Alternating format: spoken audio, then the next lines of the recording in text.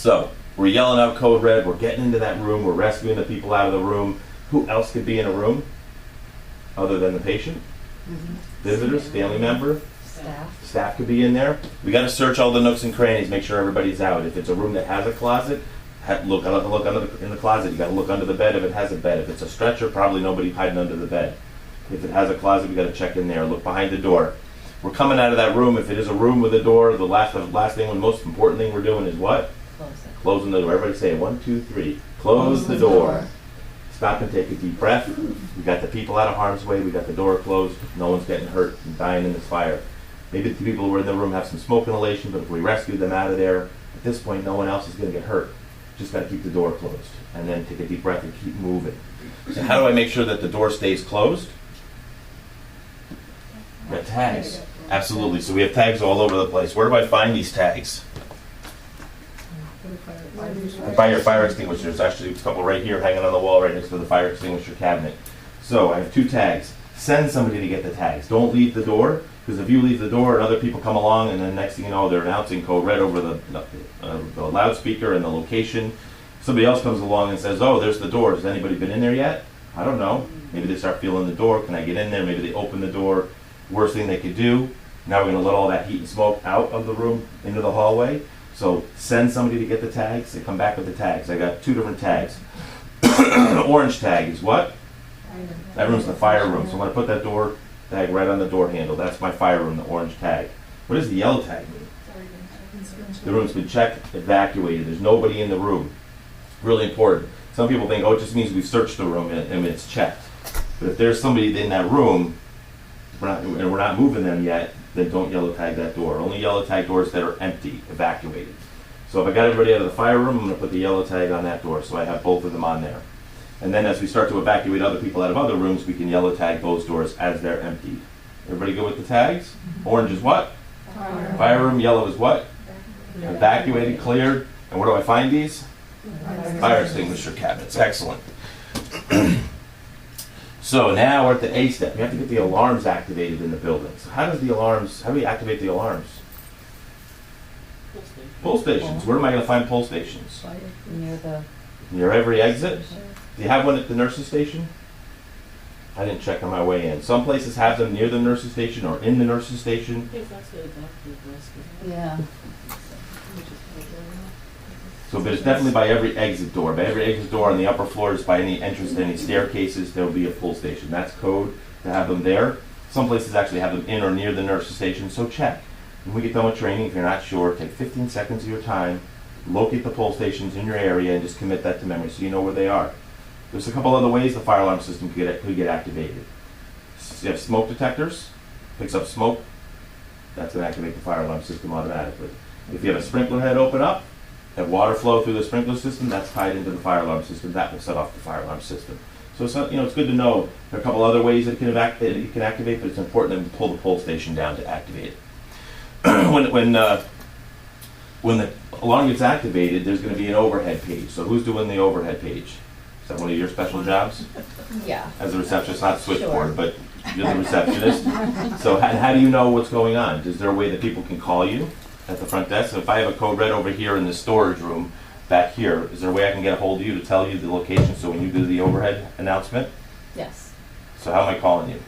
I don't know if 5,000 works, or we're just, I guess it does. We're just so small here. They would know. So if I dial 5,000 here, she's going to answer it over there. So that's important. It works, but for practical use, we're so small that. Just run over there and yell down the hall to her. But if I'm trying to get into that room, I'm yelling code red from this location. I don't want to leave here and run all the way around to find her. So if I have a phone or a way that I can let you know where it is so that you can do the overhead page and let everybody know, hey, there's code red in the storage room in the back hallway, whatever specific information, you say it 3 times. That's how we alert everybody to the exact location where it is. And then you're going to do also some other important things. You do have some special responsibilities. So you're going to do the overhead page, and then you're going to call 911. Yes. Backup call to 911. Now the alarm system is being monitored by an off-site alarm company. When the fire alarm gets activated, that alarm company is going to call the fire department, who will respond here. We hope. We hope.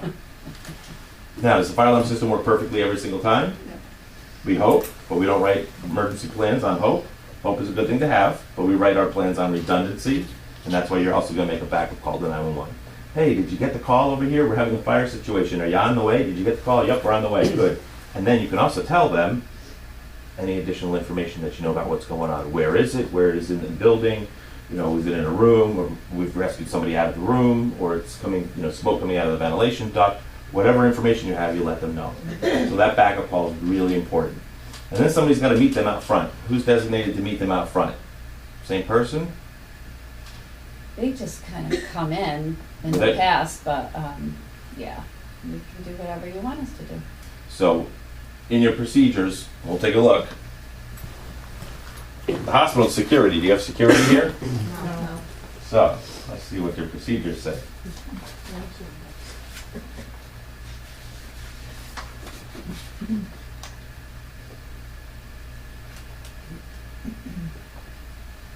Receptionist, this is the fire department outside. You have 3 important jobs. I should get paid more then, right? Now, are you here for the whole time that the whole clinic is open? No. The receptionist is on a staff position the whole time. So there are other times where like sleep lab is open and the Right. ED is not open. Is that Right. correct? So when you're not here, the sleep lab technician, that person fills in that role. So that's important. So 3 important jobs for the receptionist, for the sleep lab technician. Do the overhead announcement. And how do you do the overhead announcement? We have a paging system. You have a paging system from the front desk. Mhm. So that's important. So in your absence, if is there somebody else there, let's say you're off on a break or you're going to the restroom or I'm not allowed to go to the you bathroom. don't go, that's it, you're just not allowed to leave the So I'm desk. always there. You're always there, okay. No, So it's we important to have have other a people great know job. how to do that overhead announcement. Doing the overhead announcement, backup call to 911, and be prepared to meet the fire department out front when they pull in. So that's an important role.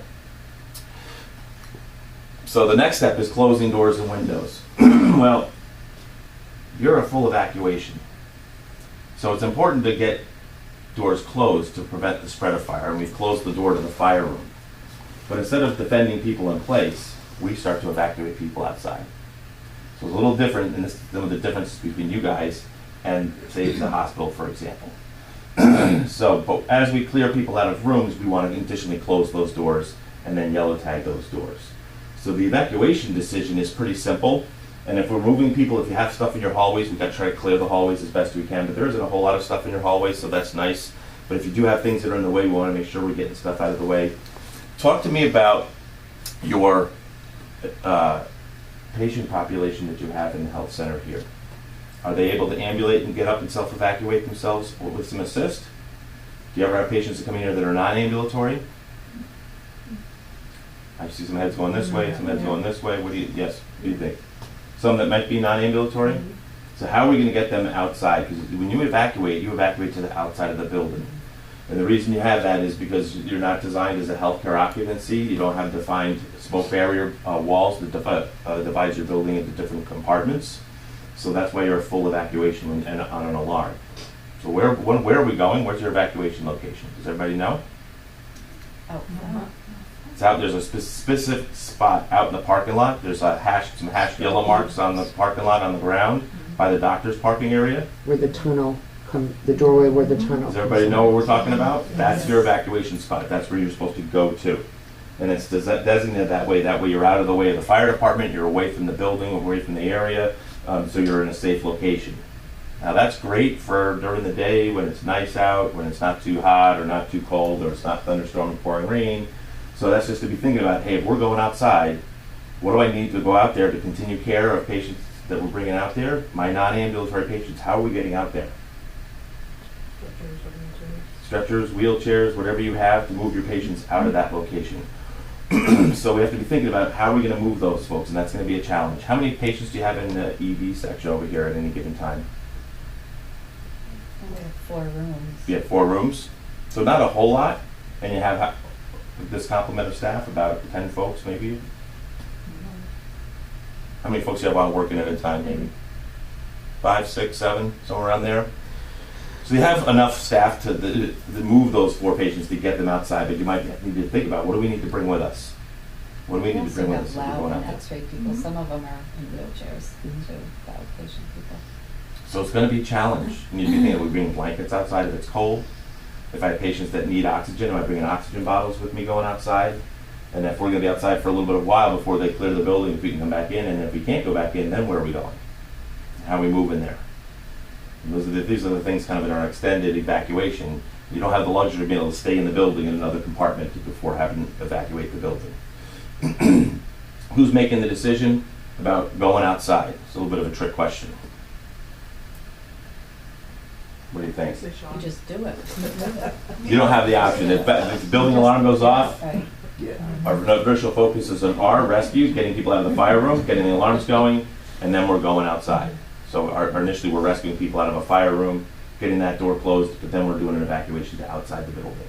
So it's really not really a decision point of should we go or shouldn't we go. If the alarm's going off, you got to all start moving in that direction. That's different from what we have been doing. What have you been doing? Determining if there's a clear and present issue, probably because there have been challenges with the alarm system here. Okay. And in the past, if there was smoke, if there was any kind of sense that there was any immediate danger, we immediately Go outside. go outside. Go outside. And I'm okay with that. If you've been having problems with the alarm system, you're not sure why is the alarm system going off. Which is why we can evacuate in 2 minutes. Yeah. Because we've gotten very good at it. Good. That's excellent. You get everybody outside, including your patients, in 2 minutes. That's excellent. That is excellent. We have some clients of ours that are assisted living facilities that are residential board and care that we have to do full evacuation. Sometimes it takes them 12, 13, 14, 15 minutes to get everybody outside. So if you can get everybody outside, including patients, in 2 minutes, that is good. But be prepared to go. Don't just think, oh, the alarm's going off, it's probably malfunctioning again. Let's just continue going about our business and do what we're doing. Be in a position where you're ready to go, because if the fire department gets here and they could say, no, there is a problem, we need to get everybody out. You got to be kind of ready at the door, ready to go right outside. So